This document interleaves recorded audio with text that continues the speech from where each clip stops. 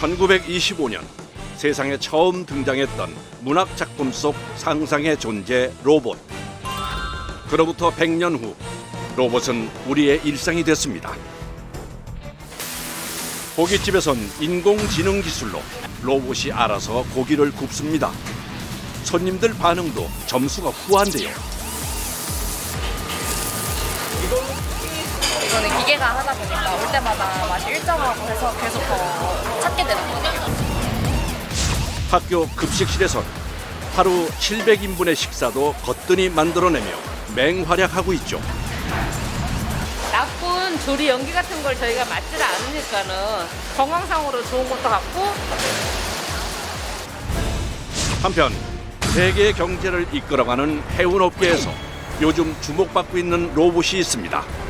다이버들이 물속에 들어가다 보면 되게 사고도 많이 생기고 위험하기도 하다 보니 종횡무진 바다를 누비는 선박 청소 로봇. 저희만의 특허 기술인 무한 궤도가 있습니다. 어른이 한 2~3명 정도가 올라가도 로봇이 전혀 미끄러지지 않습니다. 게다가 청소 상황을 실시간 확인할 수도 있죠. 로봇으로 집도 짓습니다. 이 공장 안에서 로봇이 만드는 거다 보니까 편차가 없다 보니 품질이 균일화된다. 연간 1,700채까지 생산 가능한 공장. 하지만 사람의 손길도 필요합니다. 로봇이 대체할 수 없는 부분들이 있습니다. 인간과 로봇이 상부상조하며 공존하는 일상. 진화하는 로봇의 시대. 우리의 삶을 더 나은 방향으로 이끌며 치열하게 땀 흘리는 이들을 만나봅니다. 고물가 시대, 얼어붙은 경기 속에서도 연일 손님들로 북적이고 있다는 서울의 한 고깃집을 찾아왔습니다.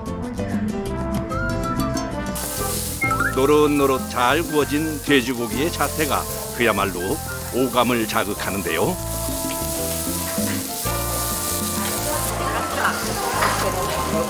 맛보는 손님마다 칭찬 일색입니다. 겉은 바삭하고 속은 촉촉한 이른바 겉바 속촉의 정석이라는데,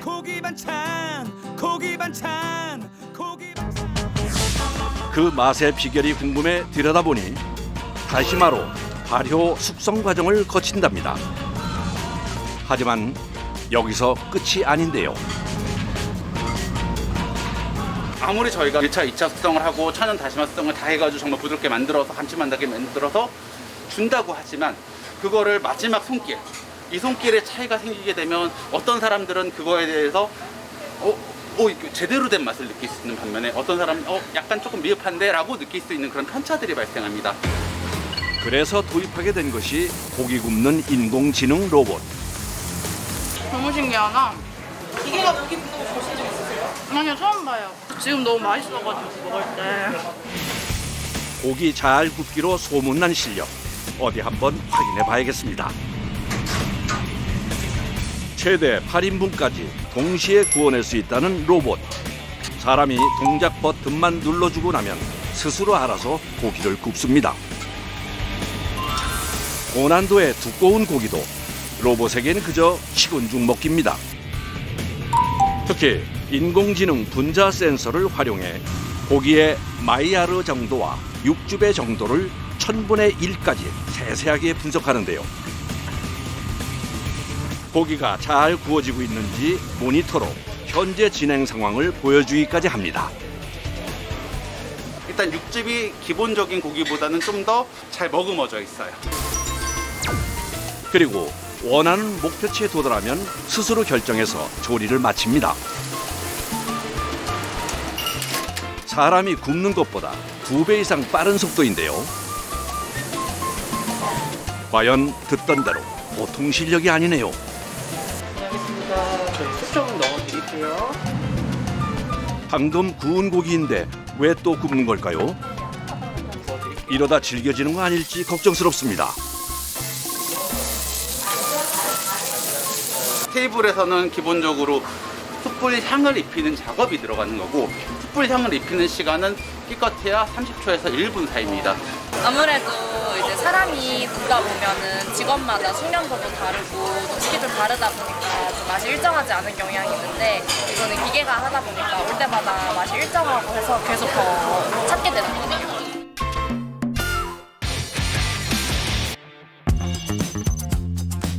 로봇 밀도 세계 1위에 빛나는 대한민국.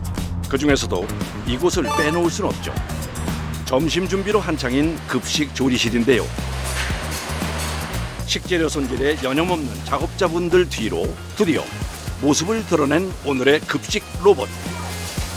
헌데 옷까지 입혀주는 이유는 뭔가요? 매일 바꿔서 하고 있습니다. 사람처럼 위생복이라고 생각하시면 됩니다. 센서나 이런 습기에 아무래도 노출되면 고장날 수 있으니까 저희가 옷을 입혀서 덮개로 관리하고 있습니다.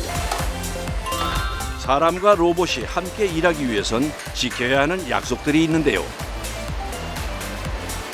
반드시 정해진 동선과 순서에 따라 작업을 진행해야 한다는 겁니다. 튀김 잘해요. 그리고 특히나 이제 후라이드 치킨 같은 건 웬만한 집보다 훨씬 낫습니다. 작업자가 준비해 놓은 재료를 정확하게 꺼내들고 이동하는 로봇. 뜨거운 기름과 연기 앞에서도 안정적으로 작업을 수행하는데요. 본래 반죽끼리 엉겨붙지 않도록 계속해서 살펴봐야 하는 고된 작업이죠. 뜨거운 기름 가까이 가지 않으니까는 나쁜 조리 연기 같은 걸 저희가 맡지 않으니까는 건강상으로 좋은 것도 같고 실제로 로봇 도입 이후 초미세 분진에 노출되는 시간이 76%나 줄어들었고 화상이나 온열 증상도 부쩍 줄어든 것으로 조사됐는데요. 늘 조리 인력이 부족한 급식실에선 로봇만큼 든든한 구원투수가 없죠. 그 사이 1차 튀김 작업 완료. 보기만 해도 바삭해 보이네요. 한편에선 또 다른 로봇이 작업 중인데요. 이번엔 소고기 미역국이로군요. 역시 정해진 위치에서 재료를 꺼내고 정해진 조리법대로 국을 끓이는 로봇. 오랜 시간 진득하게 자리를 지키며 끓여내는 국물 요리엔 로봇이 최고의 적임자 같은데요. 서로가 서로의 일을 돕는 상호 보완적인 관계. 이런 이상적인 조화로움 덕분에 더 맛있는 요리가 만들어지는 게 아닐까 생각해 보게 되는데요. 그 사이 배식 준비도 완료됐습니다. 점심때를 알리는 종이 울리자마자 쏜살같이 달려와 한 그릇 뚝딱 비워낸 아이들. 가장 뿌듯한 순간인데요. 전국적으로 많은 급식실에서 이 부분을 좀 도입을 해서 활용을 했으면 합니다.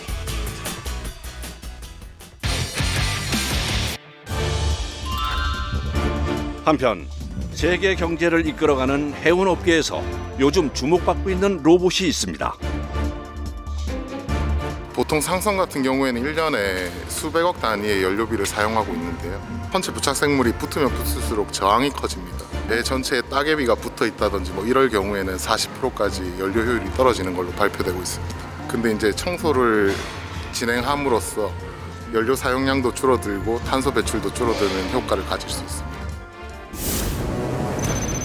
선체 부착 생물을 손쉽게 제거하기 위해 불철주야 연구에 매진해온 작업자들. 세상에 없던 기술을 만들어내느라 하나부터 열까지 수많은 시행착오를 겪어야 했습니다. 수중 선체 청소 로봇이라고 합니다. 예전에는 다이버들이 물속에 들어가거나 또는 드라이도크에 올려서 많이 제거를 하곤 했는데 그렇게 되면 비용이 많이 발생합니다. 그리고 다이버들이 물속에 들어가다 보면 되게 사고도 많이 생기고 위험하기도 하다 보니 지금은 이런 수중 선체 청소 로봇이 많이 개발이 되었습니다. 로봇으로 하면 6시간이면 충분한데요. 세 개로 구성되어 있습니다. 앞에 보시면은 전방 카메라, 뒤에 보시면은 후방 카메라 똑같이 달려 있습니다. 여기 보시면은 카메라가 하나, 둘, 세 개가 내장되어 있고요. 앞에 청소가 되기 전, 뒤에는 청소가 된 후를 보실 수 있고요. 청소용 브러쉬도 연구를 많이 했답니다. 따개비 같은 오염물을 강력하게 제거하면서도 선체 표면엔 상처를 내면 안 되기 때문이죠. 그리고 바로 여기에 핵심 기술이 들어가 있는데요. 저희만의 특허 기술인 무한 궤도가 있습니다. 이 무한 궤도는 지금 보시는 궤도 안에 자석이 모두 들어가 있습니다. 로봇의 부착력이 얼마나 강하냐면 로봇이 철판에 붙었을 때 어른이 한 2~3명 정도가 올라가도 로봇이 전혀 미끄러지지 않습니다. 선체에 붙어 떨어지지 않으면서도 이동은 자유롭게 할 수 있어야 하니 보통 어려운 일이 아닌데요. 동시에 물 밖에선 로봇의 생명줄을 잘 관리해야 한답니다. 이제 통신 연결선이랑 이제 여기 전원을 인가해주는 그런 선들이 있습니다. 드디어 실전의 날입니다. 작업할 이제 선박에 도착을 했고요. 아, 도착했어요? 네. 보시면 이제 왼쪽에 있는 저 250m짜리 배가 오늘 작업할 선박입니다. 아, 250m짜리요? 네. 와, 63빌딩 높이와 맞먹는 규모인데요. 어디를 청소하는 거? 어느 네. 초록색으로 보이는 줄들이 있지 않습니까? 그런 것들이 이제 수중에 잠겨 있는 상태에서 저희가 청소를 하는 거거든요. 수심 15m 아래 250m 길이를 청소한다고 보시면 됩니다. 그럼 로봇이 15m까지 내려가는 거예요? 그렇죠. 저희 로봇은 최대 20m까지 청소가 가능하고요. 로봇 청소에 필요한 장비들은 미리 육상으로 가져다 놓은 상태인데요. 이를 다시 크레인으로 들어올려 작업선에 옮겨 싣습니다. 선박을 향해 다가설수록 그 규모에 새삼 압도되는 것 같은데요.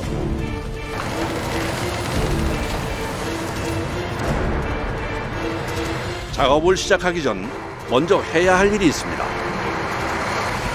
지금 저희 작업선이 본선과에 고정하기 위해서 호줄을 내리면서 저희가 이 지금 본선과에 이제 접착을 붙이는 그 과정에 있습니다. 야, 인스펙션 준비해라. 이건 못 보던 장비 같은데요. 촬영을 하는 수중 로봇입니다. 상태를 파악하기 위해서 촬영을 실시하고 있습니다. 청소 로봇을 투입하기 전에 먼저 수중 상황을 살펴줄 선발대입니다.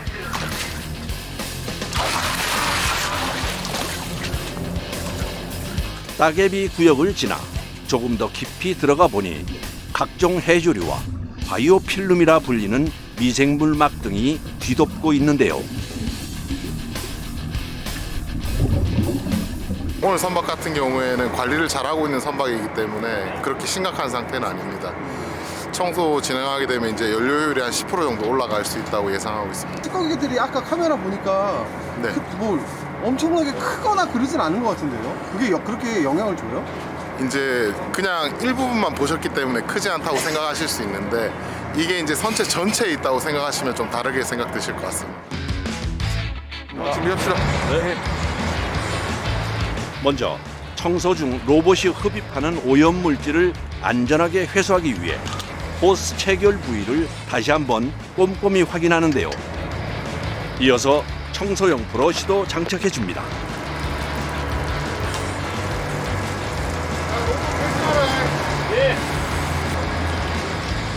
무게 400kg에 달하는 로봇이 크레인의 힘을 빌려 본선에 붙여지고 서서히 작업 구역을 찾아 이동하는데요. 배 끝까지 쭉 가는 거예요? 저희 케이블이 200m이기 때문에 배가 대형 선박이 길이가 200m 이내라고 하면은 로봇 끝에서 끝까지는 다 진행할 수 있습니다. 심각한 오염물 제거부터 부드러운 걸레질까지 한 번에 수행할 수 있다는 전천후 청소 로봇. 로봇이 지나간 자리를 다시 한번 살펴보니 거짓말처럼 깨끗해졌는데요.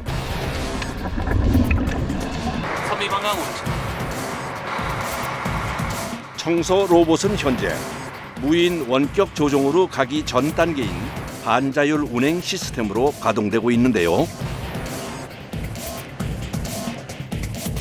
로봇에 장착된 6대의 카메라를 통해 실시간으로 수중 상황을 살펴가며 꼼꼼하게 작업을 진행하고 있습니다. 청소 과정에서 포집한 각종 부산물은 선상으로 회수한 다음 처리하게 되는데요. 그 사이 선상에 있는 작업자들도 쉴 틈이 없습니다. 호스를 들고 이리 옮겼다 저리 옮겼다 바쁜 모습인데요. 왜 그 작업하는데 계속 당겨주세요? 그러면 케이블이 로봇이랑 꼬여버립니다. 아, 이렇게 안 당겨주면요? 예. 그럼 작업하는 내내 이렇게 줄 계속 당기셔야 돼요? 예, 맞습니다. 작업 몇 시간 해야 되는데요? 오늘 작업 예상 시간은 4시간입니다. 수중에서 흡입한 부산물이라 바닷물까지 함께 끌어올려지다 보니 호스 무게 자체가 만만치 않습니다. 로봇과 연결된 선상의 정제 시스템은 총 3단계에 걸쳐 필터를 거치게 되는데요. 합각류와 해조류는 물론 미생물과 마이크로 입자까지 정제할 수 있다는군요. 많이 더러우면은 저희가 이게 필터가 금방금방 차버려서 빨리 바꾸는 편이고, 지금은 이렇게 깔끔한 편이라서 한 30분, 1시간 정도면 가능합니다. 그게 깔끔한 편인 거예요? 이 정도면 많이 깔끔한 편입니다. 오늘은 따개비 종류가 적은 편이라 그나마 준수한 편이라고 하는데요. 필터를 통째로 갈아주고 나서야 작업자들에게도 숨 돌릴 여유가 생깁니다. 시원하세요? 살겠네요, 진짜. 저희는 이제 여름에 되면은 얘가 배지 않습니까? 배에 이제 열기가 다 올라옵니다. 그러면 이제 날씨가 엄청 덥습니다. 엄청 더워갖고 그게 많이 힘들고, 이제 겨울에는 진짜 바다가 얼 때도 있습니다. 그 정도로 추울 때 이제 작업하면은 이제 숨을 데도 없고 이제 엄청 추운 상태로 이제 계속 작업합니다. 아, 근데 그거는 맞다. 이 배 스케줄 때문에 어떻게 스케줄을 바꿀 수가 없는 거죠? 저희는 항상 그 배 스케줄을 맞춰서 움직여서 저희는 그렇게 맞출 수가 없습니다. 잠시 후 낯선 로봇이 등장했는데요. 곧바로 선체 작업에 투입되는군요. 기존 큰 로봇 같은 경우에는 곡면 곡선이 심각한 부분을 지나갈 수는 없는데, 새로 개발된 로봇이 굴곡면을 얼마나 잘 지나갈 수 있는지 본선에서 테스트하는 겁니다. 자, 사선으로 쭉 올라가자. 자그마한 몸집에도 불구하고 거침없이 살립니다. 360도 방향 전환도 자유자재입니다. 본업인 청소 작업도 빼놓을 수 없는데요. 기존 로봇을 그대로 압축시켜 놓은 것처럼 똑소리 나게 작업을 마쳤습니다. 가보자. 오케이.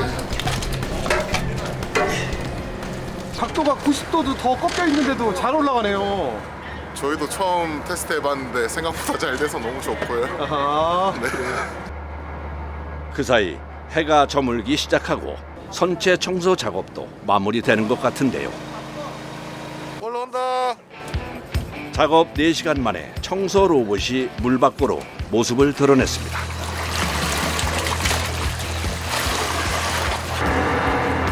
본선에 붙어있는 로봇을 떼어낸 뒤 작업선 위로 끌어올려야 하는 작업.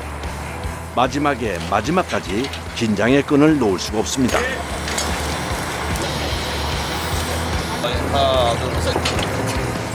로봇이 제자리에 안착되고 무사히 모든 작업이 마무리됐는데요. 청소 끝났으니까 정리하자. 헌데 정리 작업이 만만치 않아 보입니다.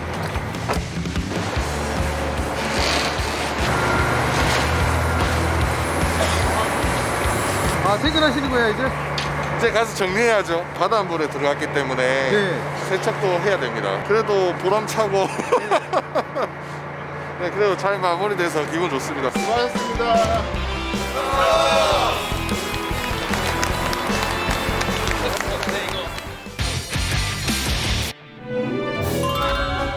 시선을 사로잡는 각양각색의 목조 주택. 그런데 공통점이 있답니다. 로봇으로 만들어진 주택이에요. 제가 잘못 들은 건 아니겠죠? 지금 보고 계시는 이 집의 이 벽, 이거 다 로봇으로 만든 거거든요. 아, 이 벽 자체를요? 네네네. 우와. 공장에서 로봇으로 지금 이런 집들 만들고 있습니다. 눈으로 보고 귀로 들어도 선뜻 믿기지 않는 얘기입니다. 오. 실은 보이는 것보다 더 많은 얘기가 숨겨져 있는데요. 로봇으로 만들었기 때문에 훨씬 더 저렴한 금액으로 공급을 하고 있는데 현재 지금 나가는 거 보면 평당 490만 원 전후 정도로 되고 있습니다. 그리고 이제 공장 안에서 로봇이 만드는 거다 보니까 제한되어 있는 환경 안에서 정확하게 조립이 되고 편차가 없다 보니 품질이 균일화된다라는 게 장점인 거죠. 상상을 현실로 만들어낸 로봇 주택. 그 생산 현장은 입구에서부터 거대한 규모로 시선을 압도하는데요. 대지는 15,000평가량 되고요. 공장 실내는 6,000평가량 됩니다. 목조 주택을 생산하는 단일 공장으로는 아시아 최대 규모를 자랑하는데요. 심지어 공장 안에서도 이동 수단이 필요하답니다. 공장이 좀 넓어서 카트가 몇 대 있습니다. 그래서 자재 운반할 때도 쓰고요. 또 저희가 다닐 때도 쓰고. 비행기 경납고를 연상케 할 만큼 광활한 크기의 공장 내부엔 41개의 로봇 자동화 설비가 200m에 걸쳐 이어져 있습니다. 벽체 생산은 반나절, 공장 내 조립 및 인테리어 공사는 3일, 그리고 현장 설치 하루, 설치 후 마감 공정 3일, 총 8일이면 한 채가 완성됩니다. 생산 라인을 따라 흘러가는 동안 공정 하나에 필요한 시간은 약 10분밖에 걸리지 않습니다. 재단을 할 수 있는 로봇이 총 3대가 있고요. 그다음에 합판을 자르는 로봇, 그리고 개구부를 조립하는 로봇이 5대, 여러 가지 기능을 수행하는 브릿지들이 있습니다. 직교 로봇 형태인데 그것이 5대, 이송 장치 이런 것들을 전부 다 합하면 수십 대가량 됩니다. 현재까지 들어간 비용은 한 550억 가량 되고요. 앞으로 추가 투입될 비용이 한 150억 정도 됩니다. 로봇만요? 네. 로봇의 두뇌 역할을 책임지는 설계팀에선 3차원 가상 공간을 구현해 주택의 모든 정보를 기록하고 설계에 반영하는데요. 기계랑 로봇이 인식할 수 있도록 골조 도면을 작성하는 작업이고, 지금 하는 거는 이제 로봇이 못을 박을 위치랑 톱으로 이렇게 절단하는 그런 위치들을 사전에 설정해주고, 못 하나 박을 위치까지 세세하게 지정해 놓은 설계 도면은 로봇에게 전달돼 실제 결과물로 이어지게 되는데요. 드디어 인간에게서 로봇으로 바통이 전해지는 순간입니다.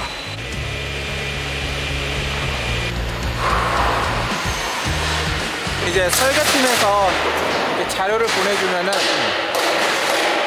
필요한 자료를 눌러서 파일을 업로드한 다음에 수치를 입력할 필요 없이 바로 실행을 누르면은 기계가 알아서 구조목을 갖고 와서 재단을 해줍니다. 아, 그러니까 여기서는 뭐 따로 수치를 입력할 것도 없는 거네요? 네, 그쵸. 이제부터는 오로지 정해진 도면과 매뉴얼에 따라서만 움직이게 되는데요. 로봇 라인이 벽체를 생산하는데 제일 먼저 구조재를 재단하는 곳입니다. 지금 보면 하나로 보이는 것처럼 보이지만 나무를 공급해주는 기계가 하나가 있고요. 여기 안쪽에는 나무를 재단하는 기계가 하나 더 있습니다. 두 개 합쳐서 한 10억 정도 되는 것 같아요. 네. 구조목을 재단하는 곳인 만큼 반드시 안전 규정을 준수해야 하는데요. 여기 보시면 라이트 베리어가 있거든요. 지금은 꺼져 있는데 저희가 지금 감지가 돼가지고 여기 나와서 기계를 온을 하면은 이제 장비가 이제 돌게 돼요. 그런데 이제 위험하니까 사람이 저렇게 라이트 베리어에 들어가게 되면은 자동으로 기계가 멈추게 되어 있습니다. 기계 돌리면 돼. 로봇이 오류 없이 편안하게 작업할 수 있도록 모든 준비를 끝마친 작업자들. 작동 버튼을 클릭함과 동시에 구조목 재단 작업이 시작됩니다. 설계도에서 지시한 작업 순서에 따라 재단기 쪽으로 부지런히 목재를 옮겨주는 공급 로봇.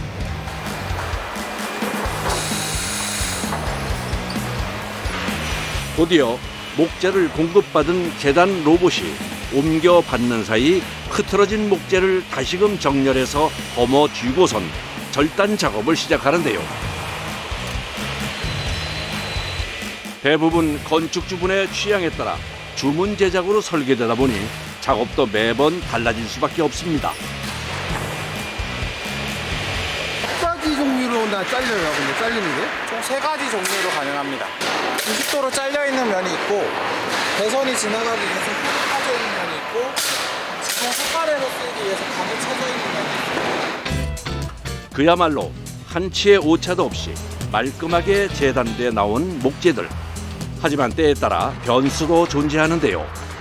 나무가 좀 옹이라든지 크랙 같은 걸로 좀 안 좋은 나무가 있을 경우에 그런 경우에 좀 오류가 뜨거나 날씨가 추워가지고 기계도 좀 추위에 영향을 미치기 때문에 그래서 사람이 있어야만 어느 정도 작업이 가능합니다. 재단을 마친 목재들은 곧바로 다음 작업에 투입됩니다. 나무를 얹어주면 맞는 위치에 알아서 못을 박아주는 그런 기계입니다. 먼저 준비된 못부터 기계 안에 장전하는 작업자. 150개씩 들어갑니다. 게다가 일반 못이 아니라 스크루 형태로 된 못을 사용해 보다 튼튼하게 체결될 수 있도록 하는데요. 사전 검수를 모두 마치고 드디어 작동 버튼을 누르는 작업자. 이곳에선 주택의 벽체를 만들기 위한 뼈대를 만들게 됩니다. 목조 주택에서 기둥 형태로 세워지는 구조목인 만큼 로봇이 작업을 하는 동안 작업자 역시 한시도 눈을 떼지 못합니다. 1차 골조가 완성되면 이번엔 라인에서 빠져나와 또 다른 공정으로 옮겨주는데요.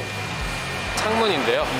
여기서는 절대로밖에 고정을 할 수 없기 때문에 보시면은 이 로봇팔이 이 창문을 대신해서 만들어줍니다. 어디 로봇팔이요? 여기 있습니다. 보다 세밀한 작업을 위해 얼마 전부터 본격적으로 투입되기 시작한 로봇 팔 작업반인데요. 앞서 만들어 놓은 큰 틀의 골조 위에 요소 작은 구조물을 만드는 역할입니다. 사람처럼 관절을 자유롭게 움직이며 사실상 목수의 일을 대신하는데요. 총 5대의 로봇이 그 목재를 집어오고 그다음에 그 목재를 조립하고 해서 창문, 방문, 현관문, 각종 개구부 그 복잡한 공정을 이 로봇이 만들게끔 저희가 설계를 했고 이거는 그러니까 저희가 처음 만드는 기술입니다. 세상에 없는 기술이에요. 상상을 현실로 구현하기까지 숱한 장벽에 부딪히면서도 어쨌든 하면 될 거라는 믿음만큼은 변함이 없었다는데요. 요거 한 20억 좀 넘습니다. 20억이요?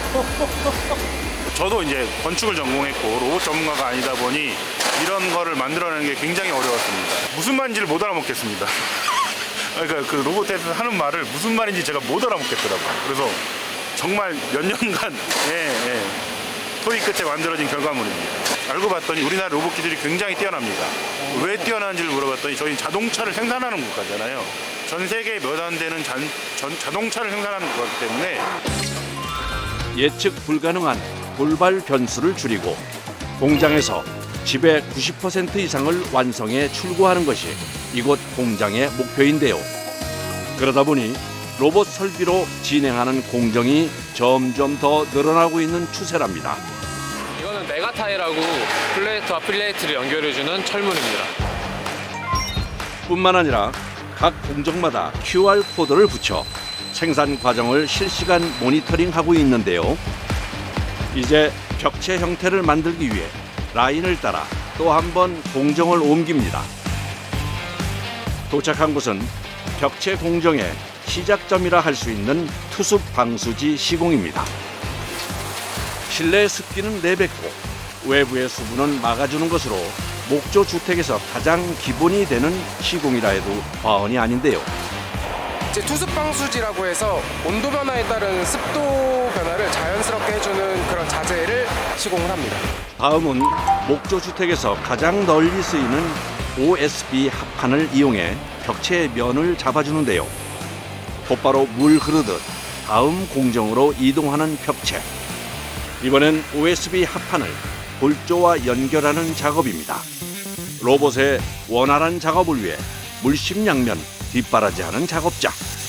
이제 이 타카핀들이 앞쪽으로 오면서 레이저가 표시되는 이 방향으로 쏘고 있습니다.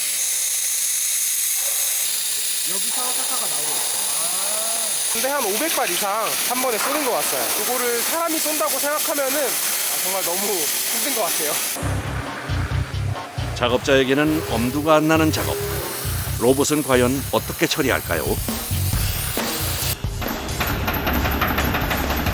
마치 천 위로 재봉틀이 지나가듯 단단한 압축 패널 위를 질주하는 로봇.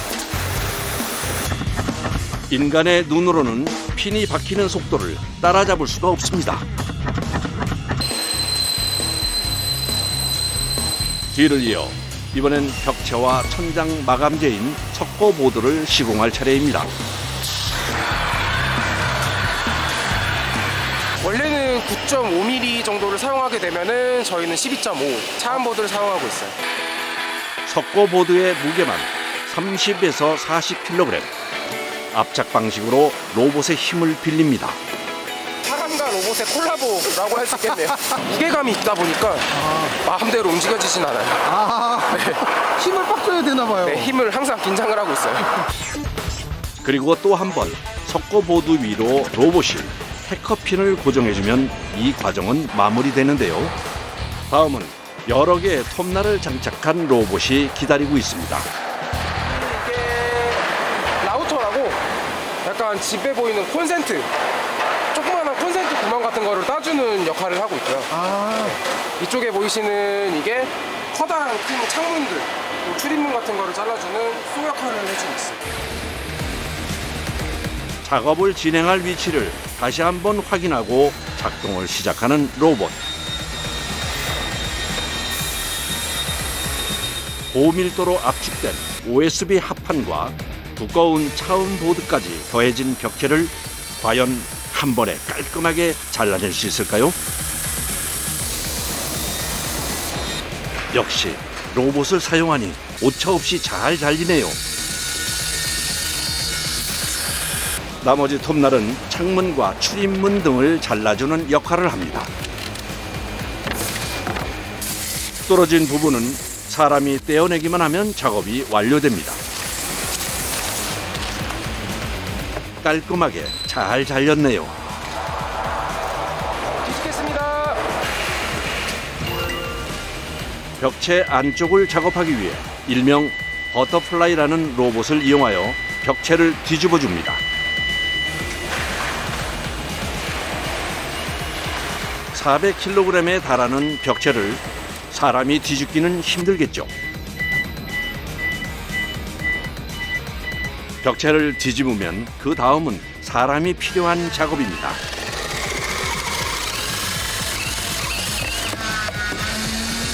집마다 내부의 배수관이나 콘센트 위치가 다르기 때문에 사람이 작업을 해줘야 합니다.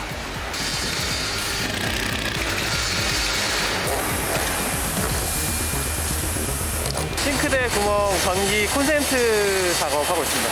집마다 건축주님들이 원하시는 위치가 있어서 로봇이 대체할 수 없는 부분들이 있습니다. 로봇이 대체할 수 없는 또 다른 작업이 있습니다. 바로 단열재를 벽체에 맞게 재단하여 넣는 작업입니다. 여기서는 불연 단열재를 사용한다고 하네요. 단열재를 넣는 거고요. 장기적으로 벽이 서 있는 동안 처지거나 이러지 않습니다. 닿고 손으로 당겨도 내려오지가 않아요.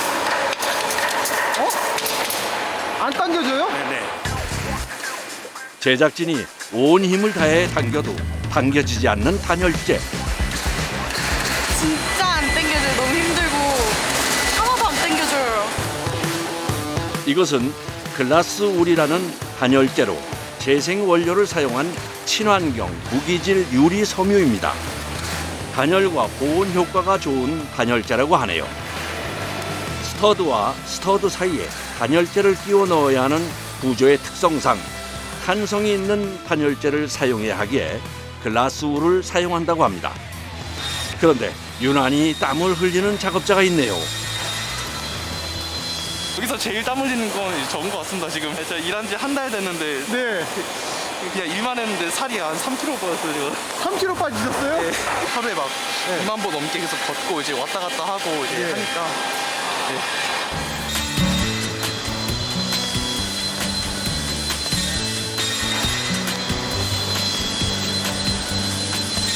제가 팀에서 막내여가지고 네, 열심히 움직여야 됩니다. 앞으로 목표가 뭐예요, 본인은? 목표 일단은 여기서 오래 살아남아가지고 계속 진급하는 걸로 목표하고 있습니다. 작업자의 미래를 응원합니다.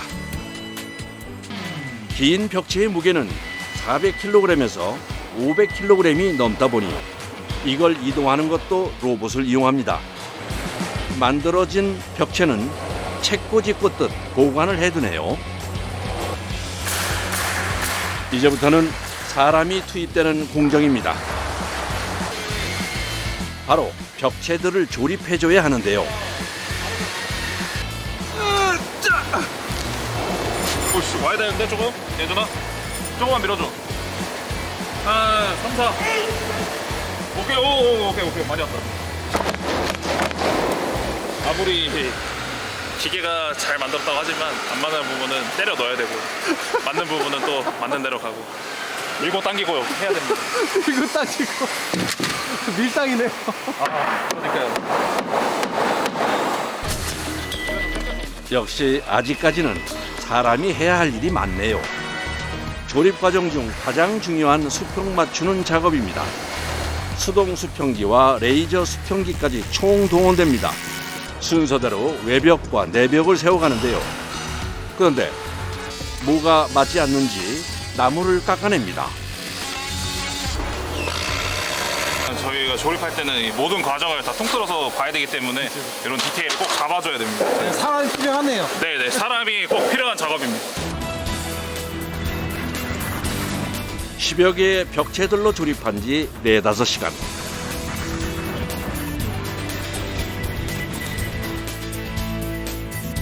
모듈 하나가 마무리되었습니다.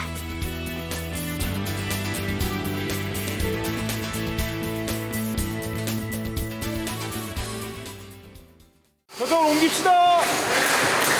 모듈을 띄우기 위해서 지금 옮기고 있습니다. 아, 이걸 띄워요? 네, 바닥에 작업을 할 게 있어서. 이제 집을 다 올리는 기계입니다. 이거는 한 기계당 7.5톤을 하중을 받고 있어서 총 4개 기준으로는 뭐 20톤 이상까지도 될 수는 있습니다. 배수구 작업을 하기 위해서는 보통은 지게차로 들어 올리는데 여기서는 안정성이 뛰어난 모바일 컬럼 리프트 로봇을 사용합니다.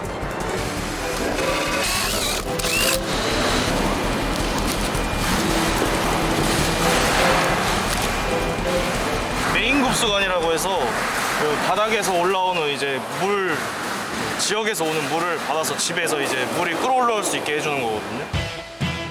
내부 인테리어 단열 작업까지는 앞으로 3일 정도 소요될 예정이라고 하네요. 다른 쪽에서는 한참 지붕 작업 중인데요. 지붕의 최종 마감 작업을 시작한다고 하네요.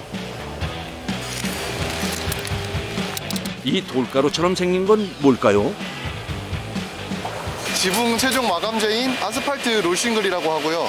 이제 뭐 열과 추위 그리고 이제 습기에도 강합니다. 아스팔트 싱글은 국내에서 가장 많이 사용되고 있는 지붕재인데요. 석유를 주 원료로 한 지붕재로 섬유유리나 종이 매트를 기본 자재로 사용하며 다양한 모양과 색상을 만들 수 있는 장점이 있습니다. 돌가루가 들어간 만큼 하나의 무게도 30kg 이상이고 자재가 길다 보니 여러 사람이 힘을 합쳐야 합니다. 거기 대각이야, 대각. 땡겨.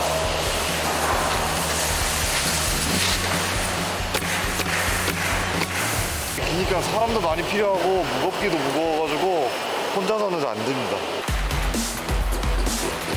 이제 아스팔트 싱글과 지붕을 밀착시켜 주어야 하는데요. 날씨가 추워 불로 접착면을 살짝 녹여 붙여준다고 합니다.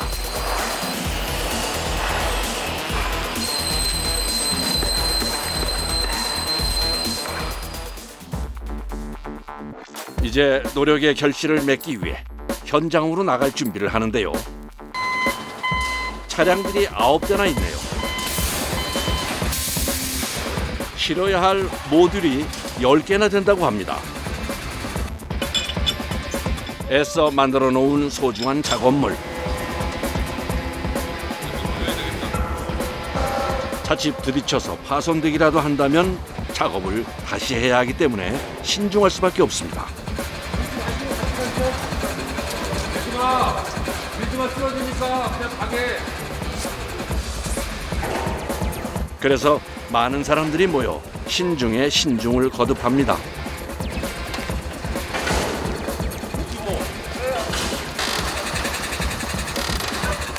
이동 중 파손되지 않게 끈으로 조여주는 것에도 온 힘을 다합니다.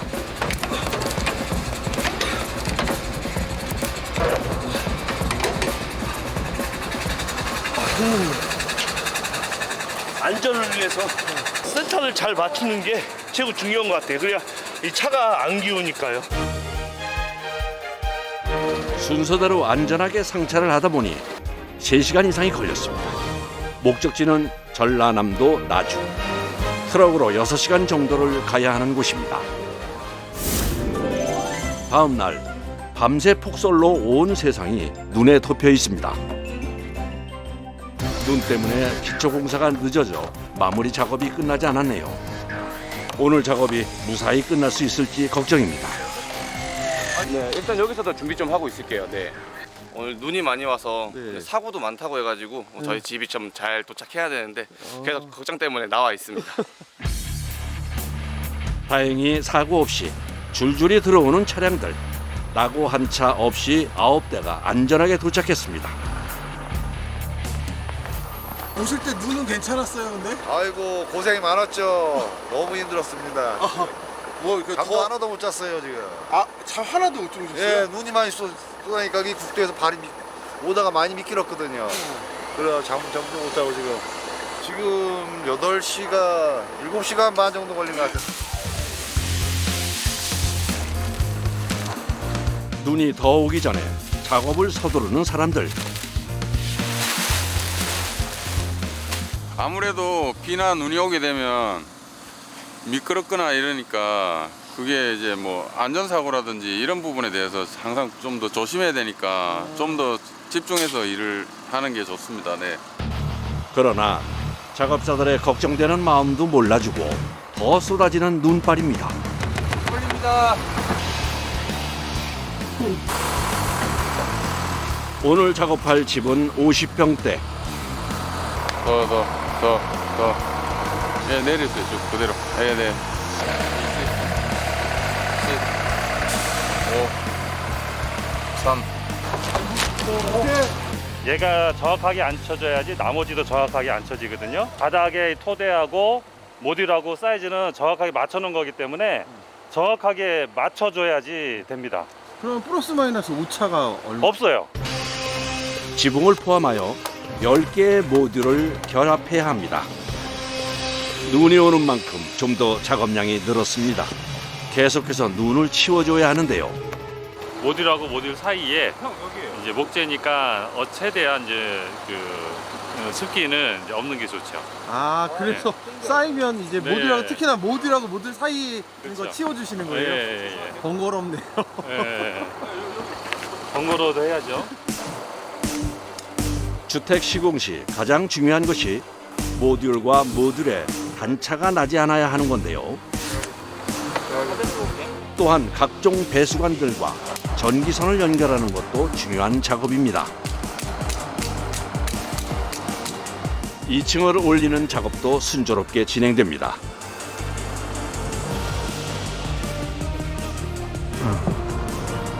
지붕까지 잘 올려주고 네, 밀어주고 밀고 밀고 앞으로 밀고. 일단 그 센터 맞춰. 일단 맞춰. 고정하면 일단 조립 작업은 끝나는데요. 모두가 기다린 설레는 순간. 로봇과 함께 만든 집이라는 것이 믿기시나요? 로봇과 사람의 협력이 더 멋진 미래의 집들이 만들어질 거라는 희망이 생깁니다. 내부도 확인해 보는데요. 단차도 안 나고 잘 돼요. 네, 잘 맞은데. 네, 끝났습니다. 집에 갈 거예요. 집에 가실 거예요? 네. 어떠세요? 네? 이렇게 끝났는데 어떠세요? 아이, 기분은 좋죠. 뭐 이런 집 하나 생기면은 뭐. 아, 그 선생님 집도 아니잖아요. 아니, 그래도 우리가 만들었으니까요. 날로가 했으니까. 아, 그 기분 좋. 예. 너무 고생 많으셨어요. 예, 감사합니다. 수고하셨습니다. 예, 수고하세요. 환한 얼굴의 작업자를 보니 그동안의 피로가 다 풀린 듯한 기분이 듭니다. 저희가 로봇으로 정밀하고 꼼꼼하게 작업하고 있으니까 안심하고 사셨으면 좋겠습니다.